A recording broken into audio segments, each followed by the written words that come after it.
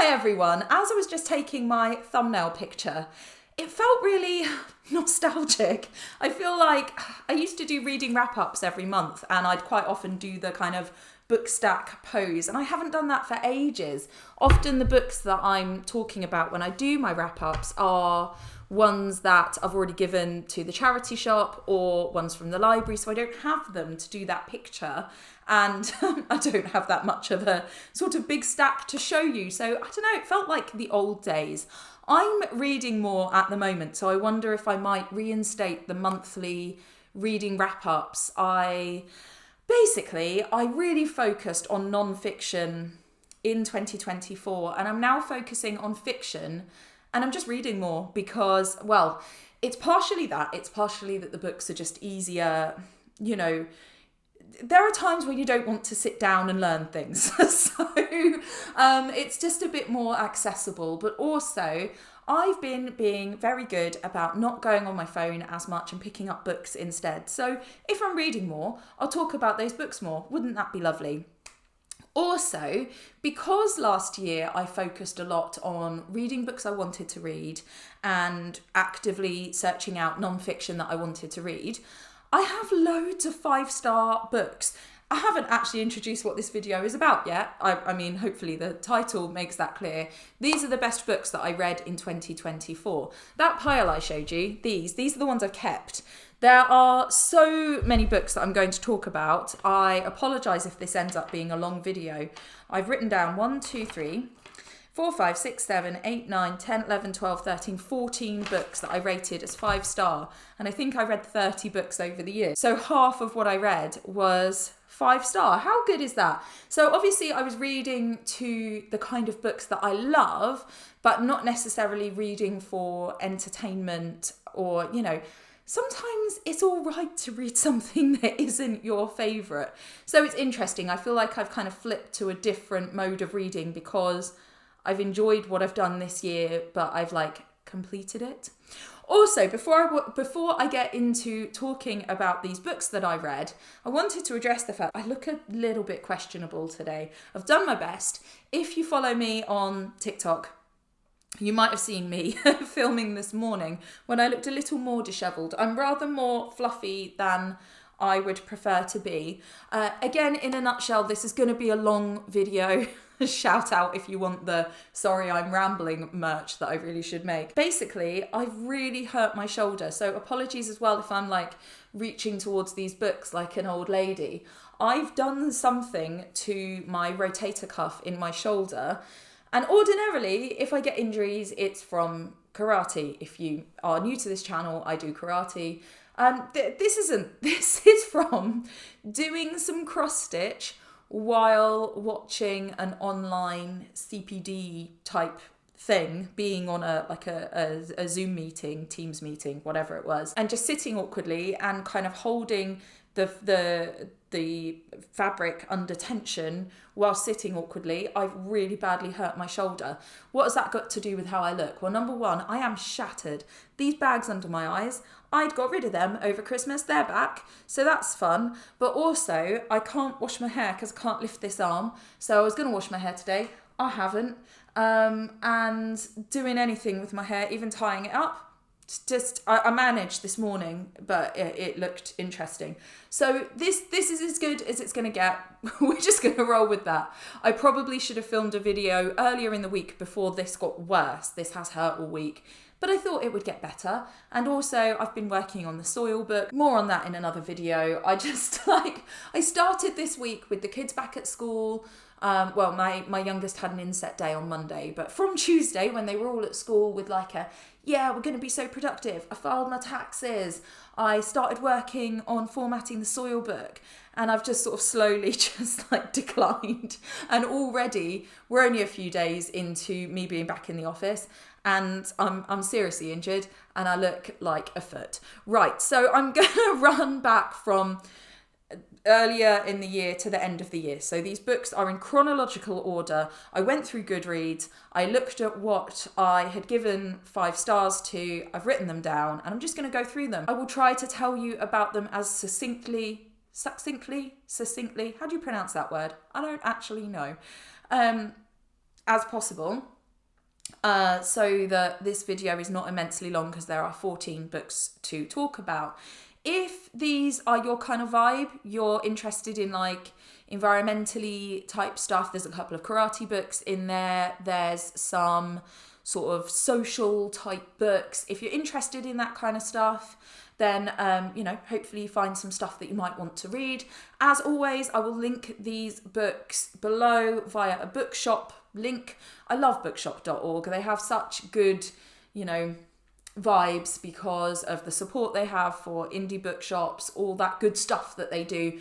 If you want more information on the books, you can look at those links. If you do buy via those links, I get a small commission, because it will be one link to all of the books, in fact, that I read in 2024, and that's an affiliate link. So anything that you buy, if you go on my shop, sorry, there will be tangents today because I'm tired. If you go on my bookshop, cool, then you will be able to look at each year. So I put all the books I read, all the ones I can find, on bookshop.org. There's each year, and then there's a couple of favourites lists. So check them out on there if you would like to. Okay, so the first 5-star read I had in 2024 was this one, a karate book. I just feel so ironic that I've hurt my shoulder doing something like a nanocraft. I do love my nanocrafts. I love knitting and sewing and crochet, and always have done. Fun fact for you. Stop being distracted. Okay, so Karate Do, My Way of Life by Gichin Funokoshi. I will keep this short and sweet because I appreciate most of you probably do not do karate. If you do, this is like the book. Gichin Funokoshi kind of popularized karate. He was alive like turn of the century, and he brought karate to the West in sort of early 1900s. So a lot, I mean, he's the father of the style I do, but other styles will have a lot of links to this guy as well. This book is fascinating. It talks about how karate influenced his life. And I feel like karate has a big influence on my life in terms of mental health, in terms of physical health. It kind of, long story short, you learn a lot about yourself and about other people and the world. If you want a video about karate, I can make one. I have one in the pipeline that I've filmed some clips for. As I say, I will gloss over it if you're into karate. Excellent book, a very quick read, published a very long time ago. Let me see, I haven't got my glasses on because I'm tremendously vain. First edition 1975, not as long ago as I thought, but there we are. It's very, very interesting. So 5 stars. I had read it before. I read it when I was at university. I wanted to read it again because I've been doing some writing about karate. Okay, my next favourite read, as I rummaged through my pile, was, that hurt, A Street Cat Named Bob by James Bowen. I read this on holiday, actually. Isn't it nice when you pick up a book and it reminds you of when you read it? I like that.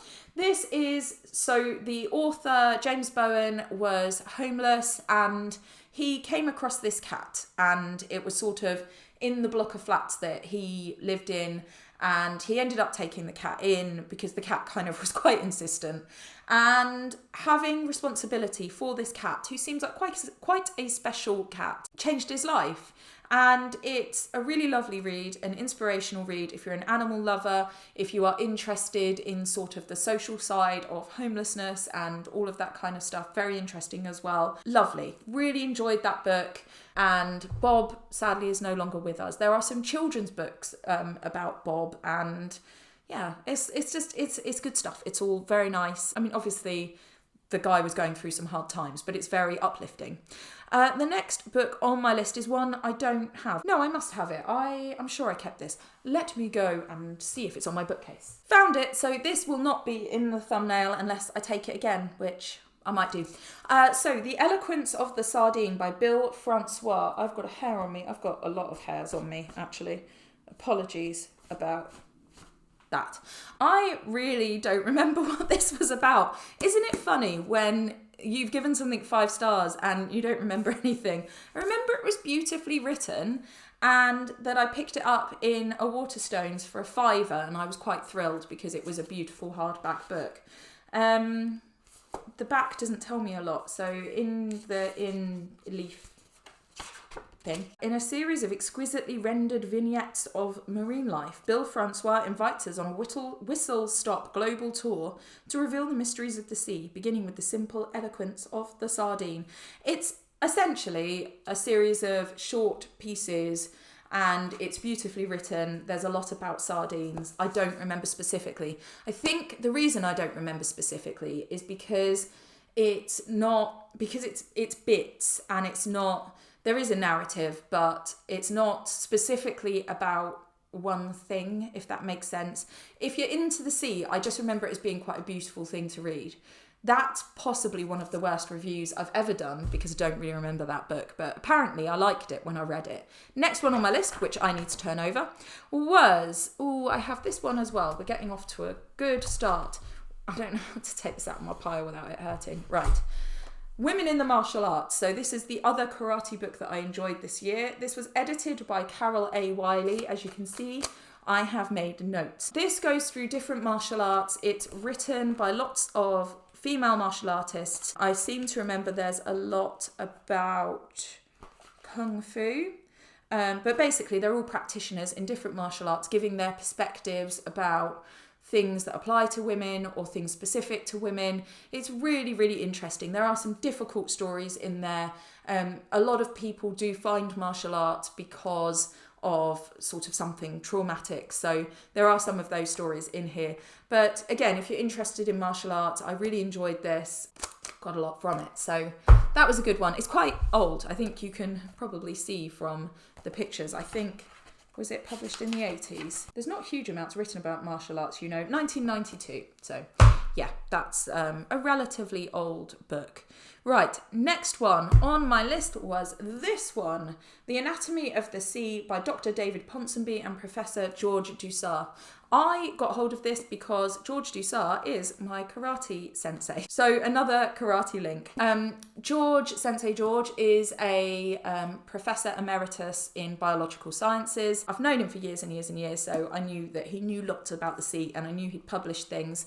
I'd never got hold of a copy, but I did this year, and it's really lovely. So it's got, I think is it from woodcuts or something like that? All the illustrations are like old Victorian. I'm pretty sure they're based on things like woodcuts. Victorian engravings, yeah. So it's got lots of facts about each of the creatures, but also illustrated with these Victorian engravings. So it's really beautiful. It's a nice reference book if you wanted to look up about a particular creature. I did read it cover to cover because I'm that guy.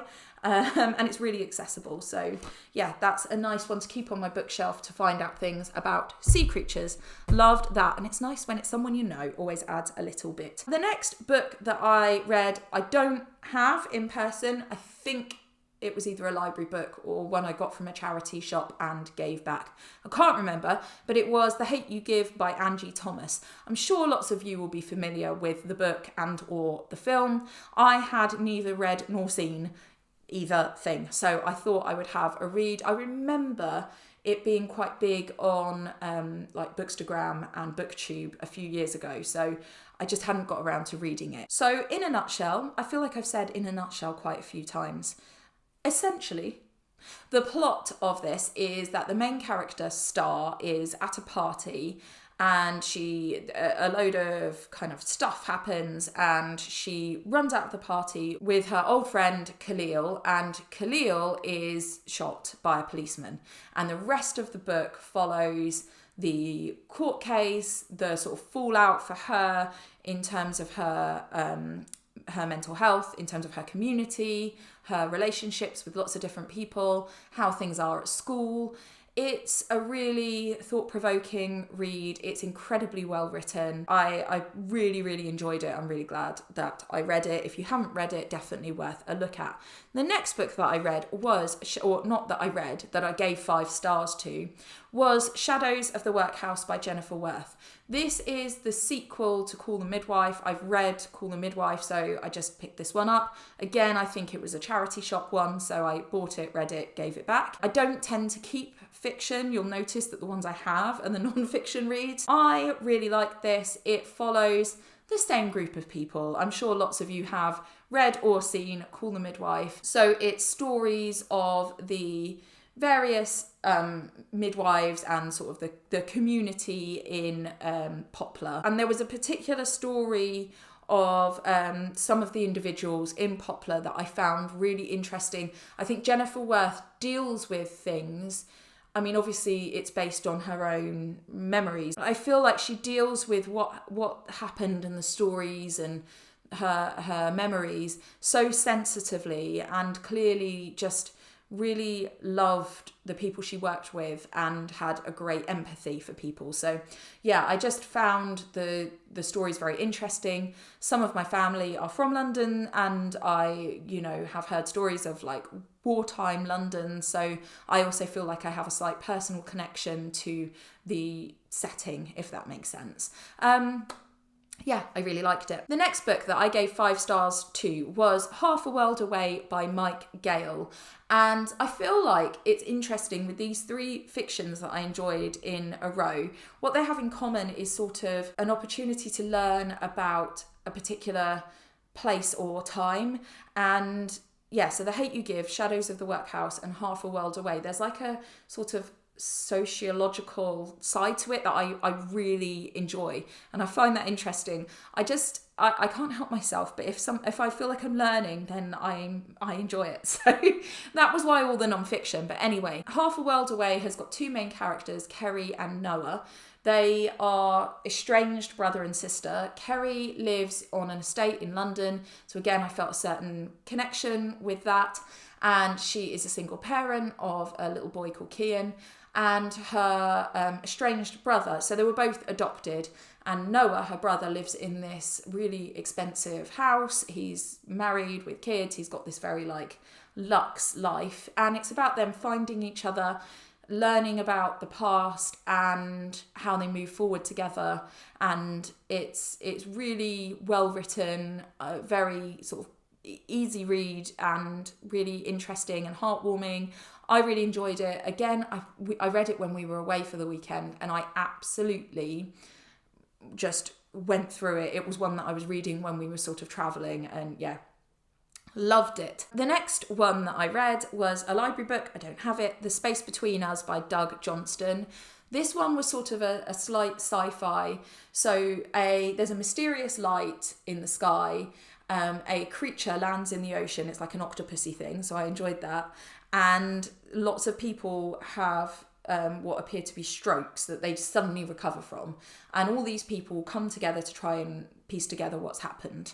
And I just really enjoyed it because it was kind of, the characters all had different things going on in their lives, and it explored that. But I just found the concept weird and fun, and I enjoyed the sea creature alien thing. So yeah, I just found this a kind of sort of slightly silly, even though some of the things that happen in it are a bit heavy, but it just the concept of it. So I liked it. It was good. The next book that I read, this was a library book, so I don't have it, was Rag and Bone, A Family History of What We've Thrown Away by Lisa Woolett. This went through a sort of mudlarking in different places. So Lisa, the author, would go mudlarking, collect all of these things, and then through what she found would talk about the history of the place. And it was sort of London estuary, round to sort of Medway, which is all quite close to where I live. And it was just so interesting, illuminating the kind of things that we throw away, our relationship with what we throw away, and also some very interesting stories of particular places. There was this island that had all these bones on it that was really interesting. I personally love a bit of beachcombing, so it kind of sat alongside that quite well. And I find it interesting to think about our mark on the environment. So that was a nice read for me. Next one, No One Is Too Small to Make a Difference by Greta Thunberg. Again, it was a library book. This is a collection of her speeches. There is an element of some of them being a bit samey because she was giving related speeches at different places, but it's presented in a beautiful book. The one I had was hardback with lots of colour plates. It was really beautiful. And these speeches are so accessible. You could definitely have it almost as a coffee table book or in the toilet or something, to just pick up and read one of her speeches and get a lot from just that quick couple of minute read, and I felt it was readable for my kids. They didn't read it, but they definitely could have. So again, environmental stuff, so I really enjoyed it, but it was very accessible, and yeah, you could get a lot from it in not a big time investment. So I really enjoyed that one. The next one I have, that is Regenesis by George Monbiot. You may or may not know I'm writing a book about soil, so to help research for that I read Regenesis. It's very, very interesting. So it goes through kind of what we have done to sort of farmland, soil, how we're affecting the land that we grow food on, how farming affects the environment, and yeah, what we could do about it in the future.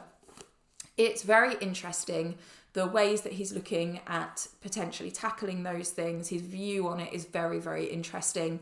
So yeah, if you're interested in sort of soil health, population sustainability, that kind of thing, very, very interesting. I've said interesting too many times. I want to look at some more of his books because I enjoyed that one very much. The next one I gave 5 stars to was All the Houses I've Ever Lived In by Kieren Yates. Again, sort of a sociology type of thing. This one I treated myself to because I'd seen an advert for it and thought, oh, that sounds interesting. So Kieren Yates, the author, talks about the different houses that they've lived in. They've lived in lots of different houses, some of them social housing, some of them like cottage in the countryside. They moved around a lot, and they talk about the sort of social aspects of those different kinds of housing, and it's very, very interesting. When I was a kid, we went through a period of moving a lot, so I sort of related to that. Fascinating. I learned about certain areas of housing that I hadn't heard of, like the shipping containers in London. When I said to my husband about it, he was like, yeah, I know about that, but I was unaware. So it was interesting for me to learn about how some of the issues around housing are being tackled and how appropriate or not appropriate they are, some of the issues. Yeah, very interesting. Really enjoyed that one. The next one I gave 5 stars to was this one, Mortimer and Whitehouse, Gone Fishing, Life, Death and the Thrill of the Catch. Gone Fishing has to be one of my favourite TV programmes. It's heartwarming, it's funny.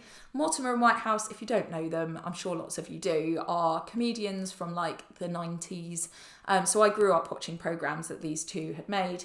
And basically, Bob Mortimer had a heart problem, and when he had to go in for surgery, his friend, Paul Whitehouse, basically encouraged him to get up and moving and out, and sort of checked in on his friend, and they ended up going fishing together. They've made this beautiful TV series. It's so lovely. It's about the beauty of the English countryside. It's about fish, but it's also about male friendship, and it is really lovely. The book is basically the same thing. There's a huge section on how you fish. I don't intend to go fishing, but I really enjoyed it. There's a massive section on different kinds of river fish. Even if it's not your thing, the way that it's written, so like a section on pike, is just, it's funny because they're both comedians. It's, yeah, if you like the programme, I think you'll like the book. I really loved it and kept it because it's one I would dip into again. Yeah, check it out if you haven't already. It's good for the heart and soul, I think. Last one that was a 5-star read for me this year.